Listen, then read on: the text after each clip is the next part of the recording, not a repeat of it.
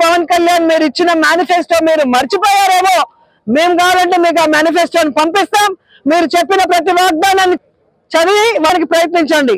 లేకపోతే ప్రజలకు ఇబ్బంది కలిగితే, ప్రజల్ని బాధుడని బాధాలనుకుంటే వదిలిపెట్టేది లేదు.